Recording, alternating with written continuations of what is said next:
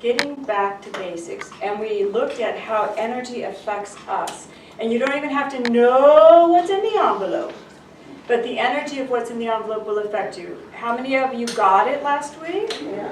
Did you carry it with you? Yes. Did anybody carry your little pink rose quartz Yes. with you? Okay, great, awesome. Awesome, okay, so. All right, so we learned how we can be affected by energies. Patrick wanted me to take it one step further. So this is at Mr. P's suggestion. So I will need, yet again, a volunteer. Okay, I think I'm going to need Erin, because I think she can do this for me. Okay, so you guys know last week we, and these are free-floating rods, as you can see. So we made our little paper a little shorter so perhaps you can see them a little bit better. To use rods that are wild like this, you have to set them with your thumbs and then decide what you measure. Erin, I need you to stand in the far corner. Dip, dip, dip. Okay, so what we're going to do is measure the edge of Erin's energy field. Erin, I'm going to ask you to shut your eyes and open your eyes periodically. Okay. And you are now going to be willing to be seen by the world. Okay. All right, so shut your eyes. All right, so I want to step into measure the edge of her orb of influence. Okay, so at this point I'm kind of in her field, right? Okay. Erin, I want you to think of something like really sad. Something in your life that has brought sorrow and difficulty to you, and it's when you think of it, you still feel like there's a possibility that you could cry, and it's just very challenging and difficult. You guys watching the rods? Mm-hmm. I want you to stay in the frequency. Can you stay there for me? Okay, now I'm going to watch to the edge of her energy field. Okay, you can open your eyes. This is how far your energy field goes out when you're in that space of sorrow. Can you guys see? Mm-hmm. I want you to shut your eyes. And I want you to feel, let me get back out to the edge. I want you to feel how much God loves you. How awesome you're loved, how much your precious angel God, God's expressive daughter, beautiful and radiant. And just let that energy flow. We let the sadness go, and you're just really letting God love you. And I'm God's radiant divine child, and I'm so amazing, and I'm fabulous and wonderful. Can you guys see the rods? Mm-hmm. Can you see them? Yes. Okay. Okay, Erin, you can open your eyes. I don't think I can go back any further. Okay, so it's a beautiful child of God. Okay, shut your eyes now. I want you to think of someone that you really are ticked off at. There is no reconciliation with this. You are just so angry. It just is not going to ever work. There is just very, very, very little possibility of reconciliation. There's none. Okay. I'm going to drop them down so you can see them. Yes. Okay, and I want you to stay in that feeling. Just stay there. I'm going to walk carefully.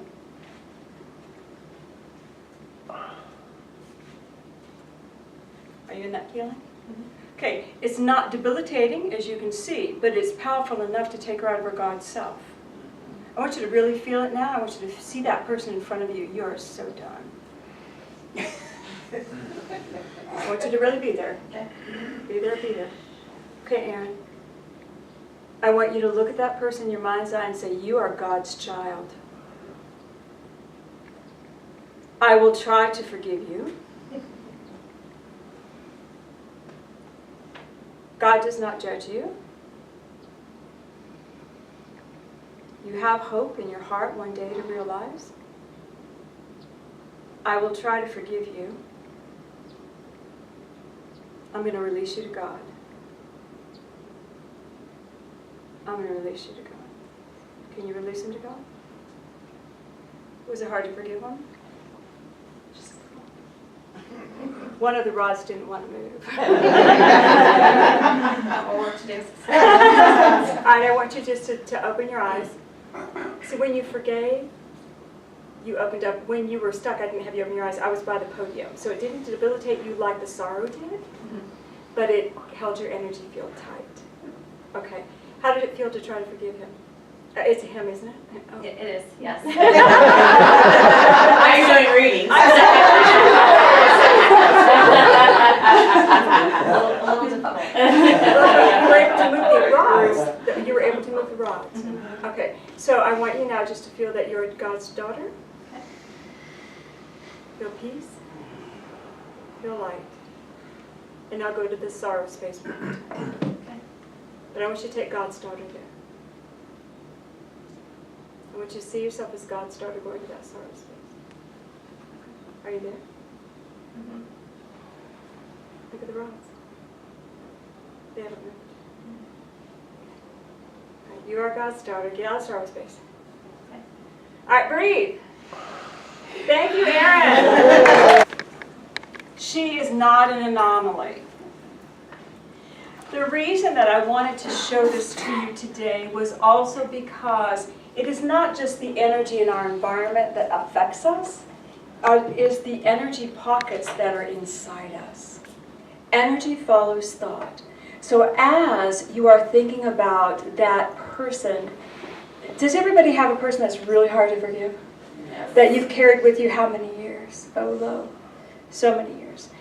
And when you go into the pocket within you that has that memory, that energy of that person, they may even be on the other side, your energy becomes depleted. You get small. You get tight. You get less than. And when your thoughts go to God and to hope. Now, did you notice I did have her do this when I took her back to sorrow. But I had her take her Christ there. So the sorrow was still there, wasn't it? But when she stood in the energy of that memory, she said, I'm a child of God. And I can look at this sorrow as a child of God. And it did not deplete her. This is the power of your thought and the focus of your thought. The power of your thought and the focus of your thought. Energy follows thought. Say, I got it. I got it. All of these positions live within us, every single one of us, they live within us. At some times we are that tight. And at sometimes we're expanded because we're so excited. Whenever you find something that actually you are fascinated by that. Do you know what's happening inside you? You're going, wow, I'm opening to something new. When you find something that fascinates you, what should you do? Go with it. Yes, you should sit down, you should listen, you should talk, you should take it in. Because it's expanding your field in a way that has not yet happened. It's new. It's a new experience. And when you feel that energy coming back down to something that is tighter, what do you do then? You go back to the thoughts that are true for you. If we could walk knowing this is true for me, what is true for me, this is true for me, no matter what anyone says or thinks about me, this is true for me. We should have a bottom line truth, each and every one of us, in words that are yours, not words that are mine. I wanted to share with you very quickly. So Rachel posted this on Facebook. This is on Rachel's wall. She said this is part of her leadership program she's teaching the children. And I don't know if you all can see. This is a picture of lockers and all the multicolored little things. Can you guys see multicolored things? Yeah. Those are Post-it notes stuck on lockers. And on the Post-it notes are sayings that the children have chosen for themselves. So, my phone, give me my phone please. So one of them I loved, it is our choice that shows us who we truly are more than our abilities. And that was said by Dumbledore. A wise man. The meaning of life is how you choose to live it. Happiness can be found even in the darkest of times, if only one remembers to turn the light on. Also, Dumbledore. Oh yes, the past can hurt, but the way I see it, you can either run from it or learn from it. And these are more direct, if I can boot them up. I wasn't able to print them. Why fit in when you were born to stand out? Express yourself. Be yourself. Everyone else is taken. Be bold, be brave, and stand tall. And these are all little post-it notes that people have selected to put on their lockers. It's okay if you mess up. That's why we made erasers. All right. Y'all feeling it? Okay. This is an attempt to touch that inner spirit of these children, to give them words, to give them affirmations that they can use to become a part of their bottom line definition. Do you understand? Their bottom line, no matter what happens, this is me. I can stand up, I can turn the light on, I can make a choice. These things in us. Now, there is a saying, and it's apparently being proven by science and psychologists and psychiatrists today, that if you have a child until they're 7, you'll have them the rest of their lives because you will program their thoughts. And apparently psychiatry is also saying that's absolutely true. The subconscious mind is programmed 100% by the time you're 7 years old. Think about the thoughts that have been given to all the children when they're little running around. Think about all the thoughts that they've been programmed with. Oh, yay, you. Oh, no. No. Oh, here. Oh, no, there's limitation. Oh, try. No. You cannot go beyond me. You can try, but you can't go beyond your parents. Do you understand what I'm saying? And when we introduce thoughts like this to the mid-range kids, this is replanting hope, replanting capability so that they can rise above human thought bodies. Human. We were all taught to the best of our parents' abilities. Now we have to be retaught. And we have to reteach not only the children, but ourselves. Everyone say, thank you, Rachel. Thank you, Rachel. I think it's great that this is part of the leadership training that they're doing at school, but it's not how do I lead you, it's how do I lead myself. How do I lead myself? I don't want to worry about you, I want to worry about me. How am I going to take my light out into the world? All right, energy follows thought. Energy follows thought. How did you feel when I read those things from the children? Inspired. Did your energy expand a bit? Yes. Did you go, oh, I love that. Thank you. Thank you for saying that for me. Thank you. All right. I want to talk about those moments of deflating when we watched Erin go through the sad moment and when we watched her also go through the, well, let's talk about the sad moment first. Because when she went through the sad moment, she deflated all the way to her body, basically. When you deflate like that, you lose your presence in the world. And when you lose your presence in the world, you lose your power and you lose your choice. Do you understand? How often do you feel hopeless and powerless? But it's simply because you have no presence. You let something else get so big. And she got so small. When you have no presence, you also have no value. And if you have no value, you have no strength. And if you have no strength, you cannot change it. You cannot change it when you get that depleted. You have to be helped. You have to have something, the crystal, the book, some word to pull you up, out, call a friend, whatever. You need help to pull yourself up and out when you get in that space. Deflation does not naturally bounce back.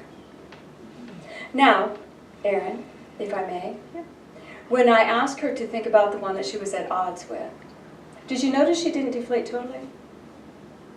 She got, child of God, oh heck no. And her edge was big, but it was like she was full from here to here. Oh yeah, I'm ready. She's going through a moment in her world where she has to claim her space with this situation. May I share? It's a divorce. So she has to claim her space in order to make it happen, because if she went into that deflated point, it would not be healthy for her. But she claimed her space and now has forgiven her person. So we did good today, didn't we? Mm-hmm.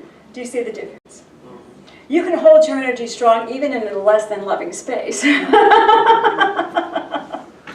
But the more love, the more power. The more love, the more presence. Energy follows thought. All right, are you guys getting it? Mm-hmm. White Eagle talks continually about thought. You can pick up any book, and this one is Heal Thyself.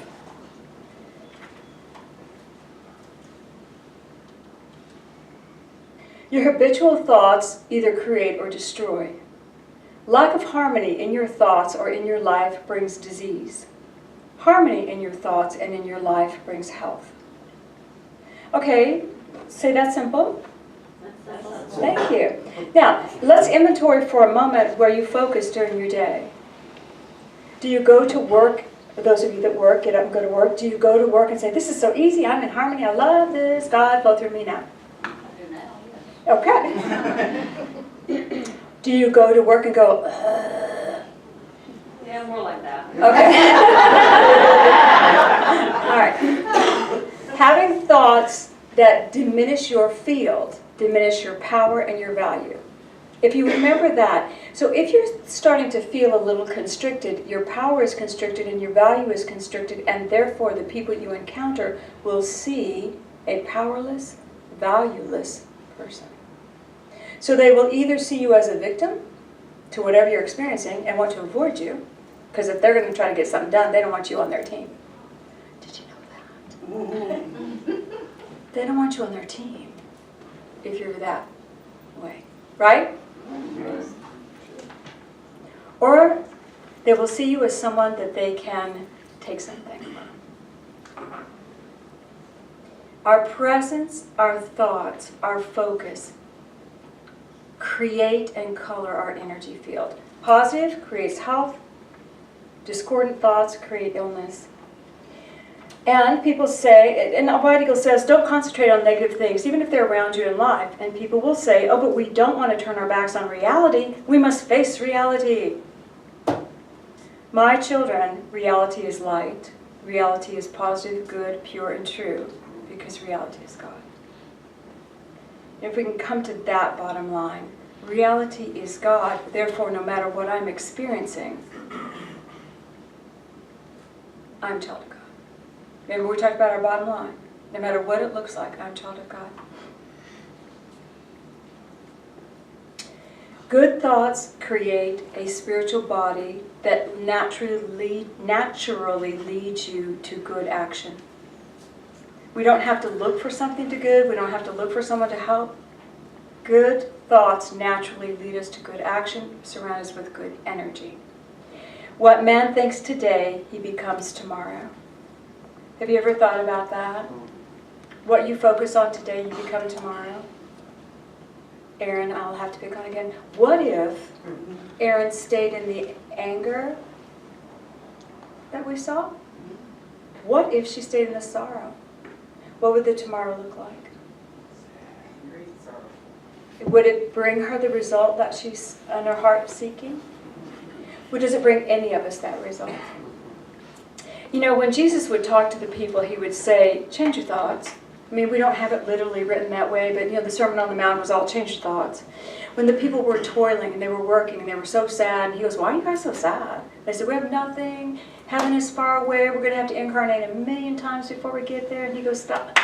Knock it off. It's not true. Cease to seek for heaven in the sky. Turn to your heart and look for love, and then your work will become a joy. Now, he turned their thoughts to their heart. Change your thoughts. I have a world to show you that is so much bigger and better than you have even been able to, could even possibly imagine. This world is amazing, yet I can't get you there until those thoughts keep looking at this reality and saying, this is all there is. This is all there is, this is all there is, this is all there is. We got to breathe it in and say no. The only truth is God. Is that difficult?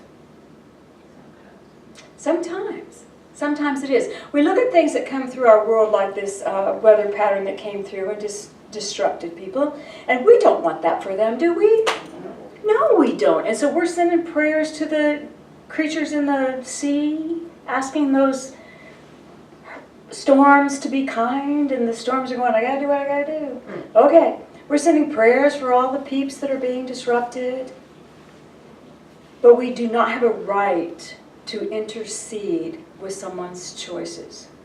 And we do not have a right to say that they are not experiencing that for the absolute right and perfect thing. Absolutely, it's perfect for their soul. Now, do you choose that? Then don't go there. You're going to choose your own challenges. Trust me, nobody's going to want yours either. It's the truth. No one's going to want your challenges. But they're going to be perfect for you to learn your lesson. And whatever someone else is experiencing, we have to trust them. We have to trust them as child of God, that God's going to guide them. We can send prayers to keep them safe. We can send prayers for divine intervention, prayers for grace to the karma. Oh yes, do that. Absolutely. But we cannot usurp the individual choice of these peeps. The only choice we can change is ours. But how often do we take a situation like this and let it go into our mind, and now we are like this, internally suffering for what is not, for what we could be praying for instead. I'm not saying disassociate, I'm saying use your thoughts for good. Now that's difficult to hear, isn't it? But we're back to basics today. We're taking it to the basic line. You guys understand that you are not the only child of God on the planet. And so you have one person you get to choose for. That's you. You choose for you. Now, if you are not choosing good, light, love, ease, peace, happiness, and joy for you and your world, how fabulously are you affecting the world around you? You're just joining them. You guys are getting it? Energy follows thought. Everything that we think we're giving life to, we're expanding or contracting. We can move from personal to positive to spiritual. Personal, positive, spiritual. It's uncomfortable and I'm very sad. I'm very sad. That's personal. God's love is all around me. Positive. Ultimately, I'm a child of God. Spiritual. You don't have to make the jump from one to the other. You can walk your way there. In our world, the thoughts of others are acting almost like an epidemic on us as a group. You know, probably the most prevalent disease in our United States today.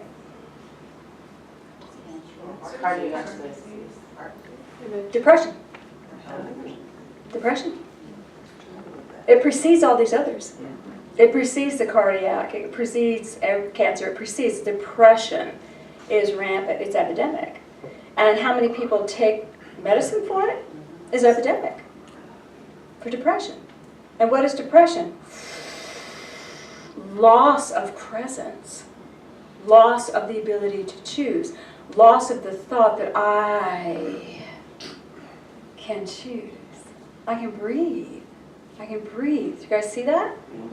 Could you feel it? And the antidote, the medicine for depression is to expand. Expand your space. Look beyond what people are saying to you. Okay, yeah, okay, it's hard for you today, all right? It's not hard for me today. It's okay. I'm going to pray for you. Simple. Simple. I'm going to send love to you. I'm going to see the God in you. And honestly, ask yourself, how often do you as metaphysical Christians allow the world to tell you you should be sad? Allow the world to tell you that you cannot progress beyond some stature that someone else has put out for you. Allow the world to define you. If you could see your soul is so great and vast. Each of your souls is so great and so vast. It's done so many things over so many lifetimes in so many levels of experience.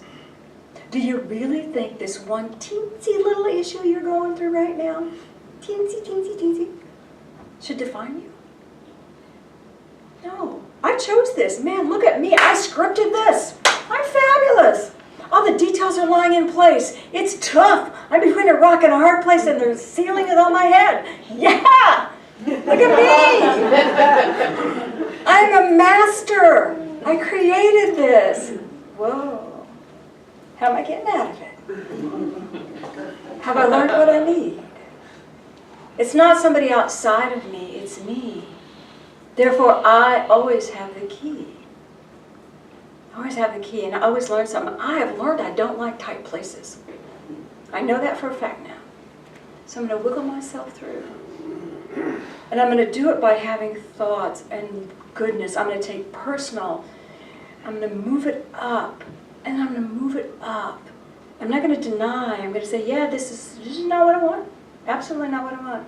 I think I want to have this experience instead. And now I want to realize I'm a child of God. I want to have that spiritual essence. And when you think of yourself being so huge, so timeless, so eternal, can you think of that right now? Are you feeling yourself expanding? Yes. Okay. All right. This is what affirmations are. This is what affirmations are for. Affirmations is the first thing that we teach little bitty babies in metaphysical Christianity. You learn your affirmations, and you pick the affirmations. You write it for yourself, and you say these beautiful words. I am a child of God. Abundance flows to me now. All the love the universe has for me, I open to receive in this moment, time, and space. You write the affirmation that works for you. Do you hear? You can't force that affirmation to become your reality. You have to become the reality of the affirmation. You have to move into feeling it. You have to say it and feel it. You know, no matter what happens, I'm good. And I'm telling you, I can, just from experience, guys. I was in a marriage when I was so very young, and I thought my life was going to end. That's how badly I took it. I was in a job when I was so very young, and I did not think there was going to be life beyond that job. That's how badly I took it. You're eternal. There's life beyond everything. How long you want to stay? It's real simple. How long you want to stay? Is there enough love for you? Are you able to create in there? Are you having the experience you want to have? How long do you want to stay? And your key is your thoughts. As I think, I create my tomorrows. As I think, I create new beginnings. As I see myself beautiful, radiant, alive, young, creative, I don't have to define anything further than that. I'm just going to see that. See that. Now, what comes to me tomorrow as I see that, and I keep seeing that? Creative, I'm alive, I'm young, I got, oh, yes, life. I say yes to life. Things will begin to magnetize to me that I need exactly when I need them. And we'll start walking in joy. All right, back to basics. Everybody ready? Put your feet on the floor.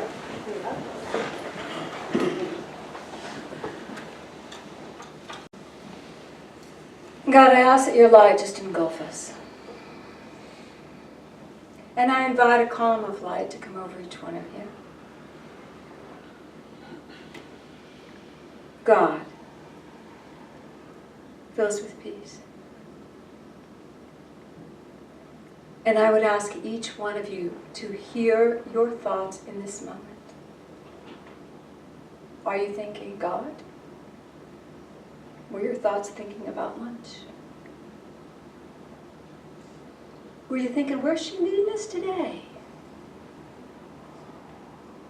I want you to just look at the thoughts you have in your mind right now, and I want you just to put one word in their space.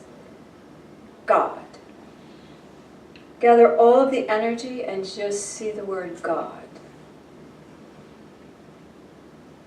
God. Now see the word love. Love.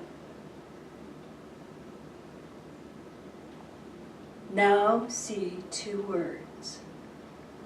I am. I am. Focus on those two words, I am.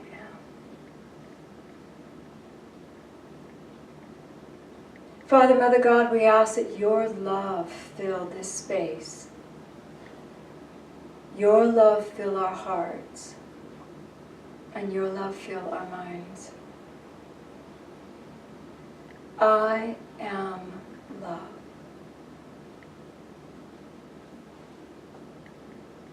I am God's child.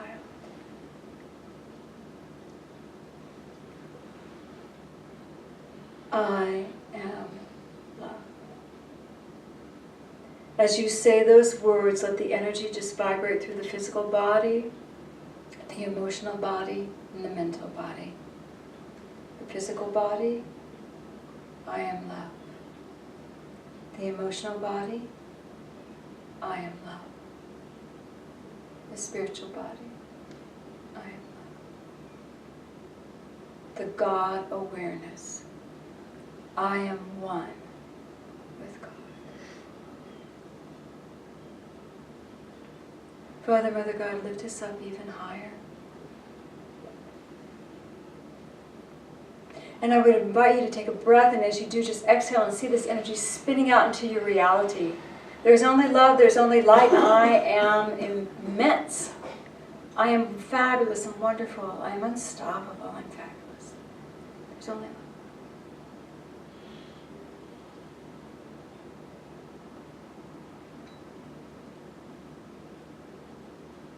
And feel that your day begins today.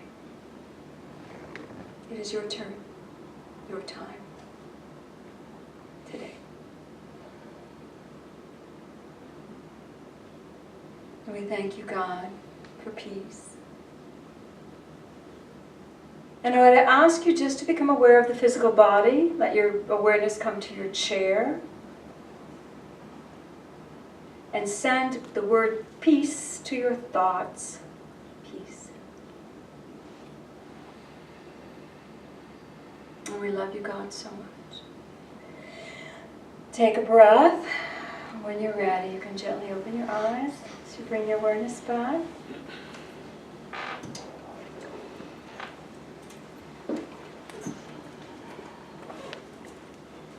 Was it easy to get your thoughts to one word?